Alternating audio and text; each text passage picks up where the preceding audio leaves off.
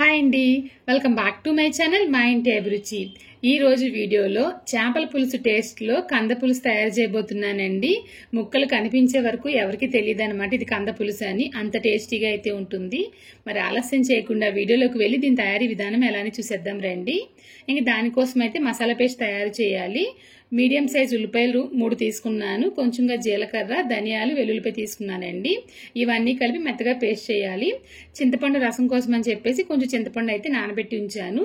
కంద ముక్కలు వచ్చేసి ముందు ఉడకబెట్టాలన్నమాట. వాటర్లో కంద ముక్కలు వేసి కొంచెంగా ఉప్పు, పసుపు వేసి ఒక 75% అయినా ఈ కంద ముక్కలు బాగా ఉడకనివ్వాలండి.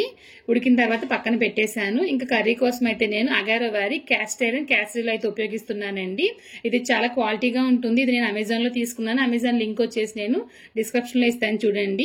ఇంకా ప్యాన్ పెట్టిన తర్వాత ఆయిల్ వేసి కరివేపాకు వేసి అది వేగిన తర్వాత ముందుగా రుబ్బి ఉంచిన ఆనియన్ మసాలా పేస్ట్ అయితే వేస్తున్నానండి. కొంచెంగా ఉప్పు, పసుపు వేసి పచ్చివాసన పోయే వరకు బాగా ఫ్రై చేయాలండి. మనం ఈ ధనియాలన్నీ కలిపి వేసాం కాబట్టి. ఈ విధంగా ఆయిల్ పైకి తేలుతుండగా కారం వేస్తున్నానండి. నేను ఒక 1 టేబుల్ స్పూన్ కి ఎక్కువగానే కారం అయితే వేసాను. ఇది స్పైసీగా ఉంటేనే బాగుంటుంది అనమాట.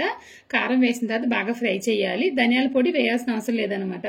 ఎందుకంటే మనం మసాలా పేస్ట్ చేసాం, అందులో ధనియాలు ఉన్నాయి కాబట్టి ధనియాల పొడి అవసరం లేదు. బాగా ఫ్రై చేసిన తర్వాత ఇప్పుడు దీంట్లో ముందుగా ఉడికించిన కంద ముక్కలు అయితే వేసేస్తున్నానండి. కంద ముక్కలు వేసిన తర్వాత ఈ మసాలా అంతా కందకి పట్టేలాగా బాగా కలుపుకోవాలండి.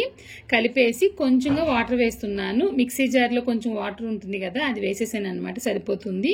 ఒకసారి బాగా కలిపి హై ఫ్లేమ్ లో పెట్టి కాసేపు ఉడకనివ్వాలన్నమాట. ఉడికిన తర్వాత ఇప్పుడు దీంట్లో ముందుగా తయారు చేసి ఉంచిన చింతపండు రసం అయితే వేస్తున్నానండి. మీరు తినే పులుపు తగ్గట్లుగా పులుపు అనేది అడ్జస్ట్ చేసి వేసుకోండి. చింతపండు చూడడానికి తెల్లగా ఉన్న పులుపు చాలా ఎక్కువగా ఉందన్నమాట. ఇప్పుడు దీంట్లో ఒక 3-4 పచ్చిమిర్చి ఘాట్లు పెట్టి వేయండి. మీరు కావాలనుకుంటే ఈ సమయంలో వంకాయ కానివ్వండి, బెండకాయ కానివ్వండి వేసుకోవచ్చు.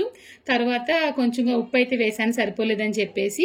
ఇప్పుడు బాగా కలిపేసి మూత పెట్టేసి తక్కువ మంటలో ఒక 5 నిమిషాలైనా ఉడకనివ్వండి. ఇది ఉడికేటప్పుడే మంచి అరోమా అనేది ఇల్లంతా వచ్చేస్తుంది అనమాట. సేమ్ చేపల పులుసు అని టేస్ట్ అయితే ఉంటుంది. అంత బాగుంటుందండి. ఒక 5 నిమిషాల తర్వాత మూత తీసి చూస్తున్నాను. చాలా చాలా పర్ఫెక్ట్ గా చేపల పులుసు టేస్ట్ లో మనకి కంద పులుసు తయారైపోయింది. చివరిగా కొంచెంగా కొత్తిమీర అయితే వేస్తున్నానండి. అంతేనండి, ఎంతో టేస్టీగా చేపల పులుసు స్టైల్లో కంద పులుసు తయారైపోయింది. ఈ రోజు ఈ వీడియో కనుక మీకు నచ్చినట్లయితే లైక్ చేయండి, షేర్ చేయండి. మీరు ఇంకా మన ఛానల్ ని సబ్స్క్రైబ్ చేయకుండా వీడియోస్ చూస్తున్నట్లయితే మా ఇంటి అభిరుచి ఛానల్ ని సబ్స్క్రైబ్ చేయండి. ఫేస్బుక్ లోని ఇంకా ఇన్స్టాగ్రామ్ లోను ఫాలో అవ్వండి. ఇంకొక వీడియోలో మళ్ళీ కలుద్దాం. Thank you.